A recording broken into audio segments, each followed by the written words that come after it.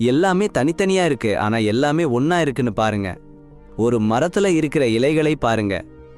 முதல்ல எல்லாமே ஒன்னாத்தான் இருக்குன்னு தோணும். ஆனா நல்லா கவனிச்சா ஒவ்வொன்றும் ஒவ்வொரு மாதிரி இருக்குன்னு தெரியும். ஒவ்வொரு இலைக்கும் தனியா வடிவம், தனியா கோடுகள், தனியா தோற்றம். ஒரே மாதிரி 2 இலைகளே இல்ல. கைரேகையிலையும் அப்படித்தான். கோடிக்கணக்கான மனுஷன்ல ஒரே மாதிரி கைரேகை இல்ல. ஒரு சின்ன இலையில இருந்து மனுஷன் வரைக்கும் இயற்கையில எல்லாமே தனித்தனியா இருக்கு. ஆனா இந்த தனித்தன்மையில, இந்த அழகான வேறுபாடுகளில எல்லாமே ஒன்னோட ஒன்னு இணைஞ்சிருக்குன்னு நான் சொன்னா என்ன? உங்க உடம்பை பாருங்க, அது எப்படி வளருது? சாப்பாடு வேணும் இல்லையா? அந்த சாப்பாடு எங்கிருந்து வருது?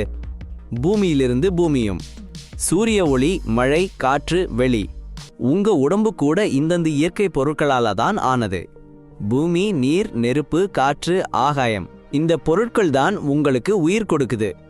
நீங்க சுவாசிக்கிற காற்று இயற்கை, நீங்க குடிக்கிற தண்ணீர் இயற்கை, உங்க காலடியில இருக்கிற மண் சூரியனோட வெப்பம், அதுல இருக்கிற நெருப்பு, எல்லாத்தையும் சேர்த்து வச்சிருக்கிற வெளி, எல்லாமே அதேந்து பொருட்களால ஆனது. எல்லாமே இயற்கையோட பாகம். எல்லாமே ஒன்னோட ஒன்னு இணைஞ்சிருக்கு. ஆனா இந்தந்த பொருட்கள் எங்கிருந்து வருது? அதுக்கு மேலேயும் ஒரு பெரிய விஷயம் இருக்கு. எல்லாத்தையும் ஒன்னா சேர்த்து வச்சிருக்கிற ஒரு விஷயம், மாறாத ஒரு விஷயம். வேற எல்லாம் மாறினாலும் கூட எல்லா உயிர்களுக்கு பின்னாடி இருக்கிற ஒரு ஆழமான புத்திசாலித்தனம். பகவத்கீதையில